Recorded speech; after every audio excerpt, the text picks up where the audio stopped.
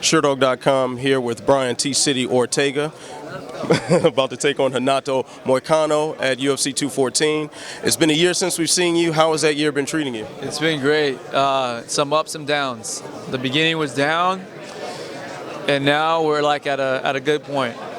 We're over here, we're training, the body's functioning well after surgery recovery, went 100%, and now we're ready to put on a show, man. Shit.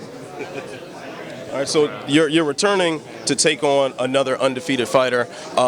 Undefeated but relatively unknown after coming off of a stellar performance against Clay Guida last year. Is it a bit of a letdown to take on somebody who isn't as popular? No, I don't think so, man, because especially because he's undefeated. I could see if it was someone who was like, you know, their debut, then I'd be like, all right, man, this guy has to earn their way up. But he has 3 fights in the UFC. You know, he fought some tough guys. The biggest name he's fought today is Jeremy Stephens. That was a split decision, which there was a lot of controversial, comments about that. But anytime 2 warriors step in, especially who are undefeated, it's a good fight, because I don't care who you are, you don't want to let that all go. So I feel like this fight's actually a good fight, because you know what I'm saying? It's like we don't want to let that all go. And that adds extra pressure. It almost feels like a title fight in a way, because the champion wants to keep their record unblemished. That he's not too known. I get that. Even after the Jeremy Stephens fight, there wasn't too much talk about that. There wasn't, who is this? I'll be honest with you, I didn't even know who he was when they said, hey, Renato Moicano. But then all of a sudden, like, you do your little search, you Google, and you find out, all right, it's cool. I've been fighting top guys since I came in. Really my second fight. I fought Tavares. Everyone thought I was going to lose. I fought Brandao, same thing. Fought Clay Guida, and now Renato Moicano. So, I don't know, man. There's like mixed emotions, right? Because you want what's best for your career, and you would rather fight someone who has a big name, who both of your stocks can go up.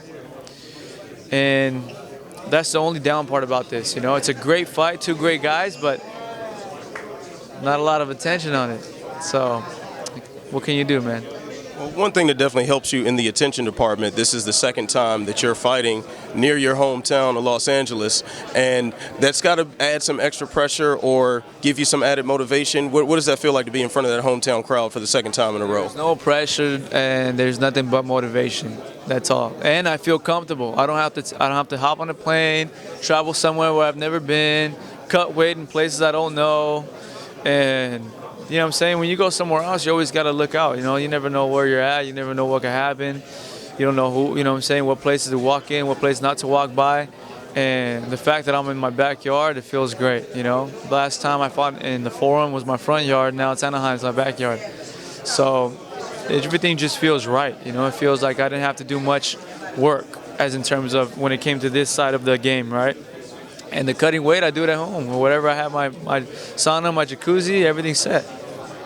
So, of course, there's been a lot of shakeup in your division as of late. Whole lot of publicity, no need to name everything.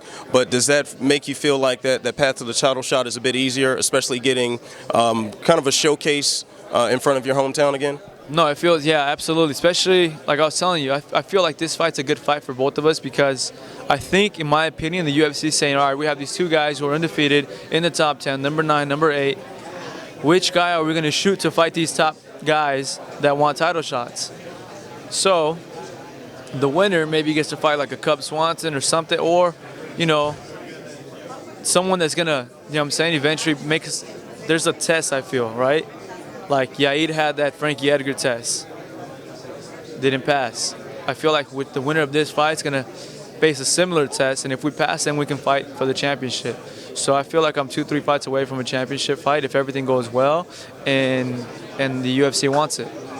And you mentioned the name Cub Swanson. You're normally not the guy that calls out people, and if so, it's always been in a very respectful fashion. Is that the name you're kind of targeting next if you get through this test tomorrow, Saturday? Saturday. No, there's no call out. You know what I'm saying? It's just the facts. The facts is the winners climb up, and the top guys have to keep fighting the guys that are climbing up and shut them down. or get shut down by them. This is the nature of this sport. I'm not calling Cub or Frankie or no one out, but and I respect the fact that they're veterans. You know what I'm saying? That's one thing. I'm never looking at my side, and I look at it from both angles, right? You gotta go, man, what would this guy think? This guy fought, Cub, for instance, fought Doho Choi. Then he fought Arum Loba, right? He's thinking, man, you guys threw these youngsters at me. I beat them. Give me my title shot. Fair, fair earned. All to you. So I feel like I have to go through those same tests, and then if the UFC pairs us up, then they pair us up. I think it'd be a great fight. I feel like I can hang with anyone. I feel like I can hang with all these guys. Final question for you, Brian. So with the retirement of one of the all-time great featherweights in Uriah Faber, are you going to now take on the mantle as California Love, walking you out to the cage? Well, former WC 4-5 champion. Yeah. California knows how to party. Hey, no, man, Uriah's cool, but I guess you could say the California kid. I'm the surfer guy, Mexican surfer. Surf all day, tacos all night. Malibu man? Malibu man? No, man, we're from Redondo Break Wall. Man, I'm just whatever they want to label me as, have them label me. Whatever. I don't care.